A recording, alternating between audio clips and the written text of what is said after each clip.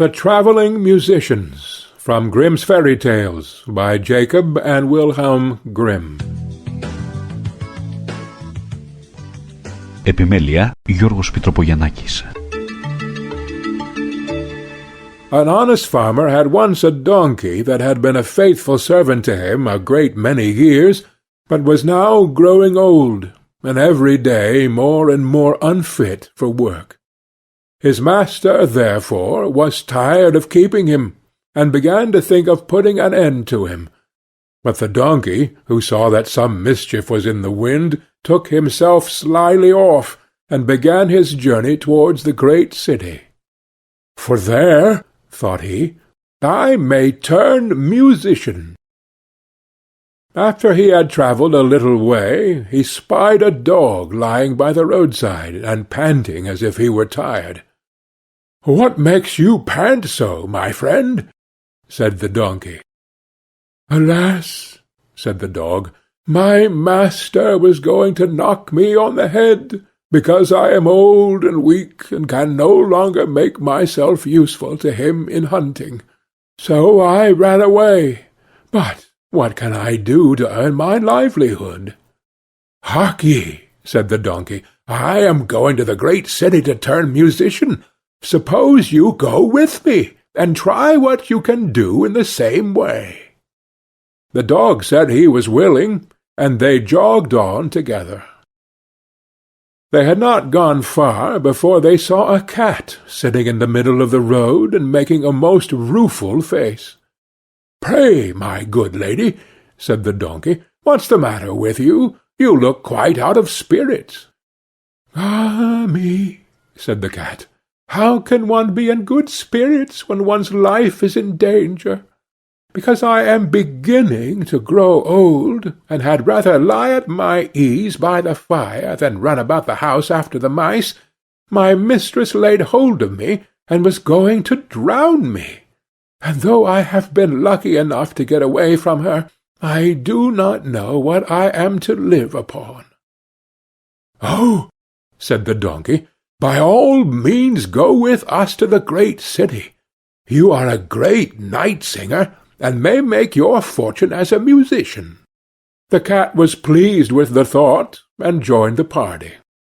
Soon afterwards, as they were passing by a farmyard, they saw a rooster perched upon a gate, and screaming out with all his might and main. "Bravo!" said the donkey. "Upon my word, you make a famous noise. Pray, what is all this about?" "Why," said the rooster, "I was just now saying that we should have fine weather for our washing day, and yet my mistress and the cook don't thank me for my pains, but threaten to cut off my head to-morrow, and make breath of me for the guests that are coming on Sunday." "Heaven forbid," said the donkey. "Come with us, Master Chanticleer. It will be better, at any rate, than staying here to have your head cut off.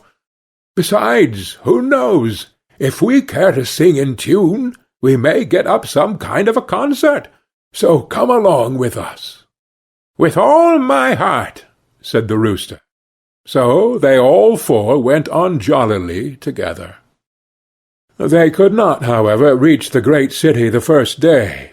So when night came on, they went into a wood to sleep.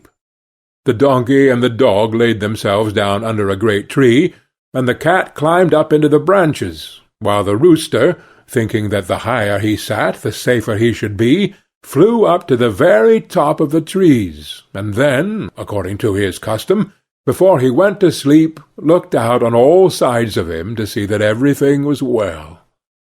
In doing this, he saw afar off something bright and shining, and calling to his companions, said, "There must be a house no great way off, for I see a light." "If that be the case," said the donkey, "we had better change our quarters, for our lodging is not the best in the world." "Besides," added the dog, "I should not be the worse for a bone or two, or a bit of meat." So they walked off together towards the spot where Chanticleer had seen the light, and as they drew near it became larger and brighter, till they at last came close to a house in which a gang of robbers lived. The donkey, being the tallest of the company, perched up to the window and peeped in. "Well, donkey," said Chanticleer, "what do you see?" "What do I see?" replied the donkey. "Why, I see a table spread with all kinds of good things, and robbers sitting round it making merry." "That would be a noble lodging for us," said the rooster. "Yes," said the donkey, "if we could only get in." So they consulted together how they should contrive to get the robbers out, and at last they hit upon a plan. The donkey placed himself upright on his hind legs, with his 4 feet resting against the window. The dog got upon his back, the cat scrambled up to the dog's shoulders, and the rooster flew up and sat upon the cat's head. When all was ready, a signal was given, and they began their music. The donkey brayed, the dog barked, the cat mewed, and the rooster screamed. And then they all broke through the window at once, and came tumbling into the room, amongst the broken glass, with a most hideous clatter.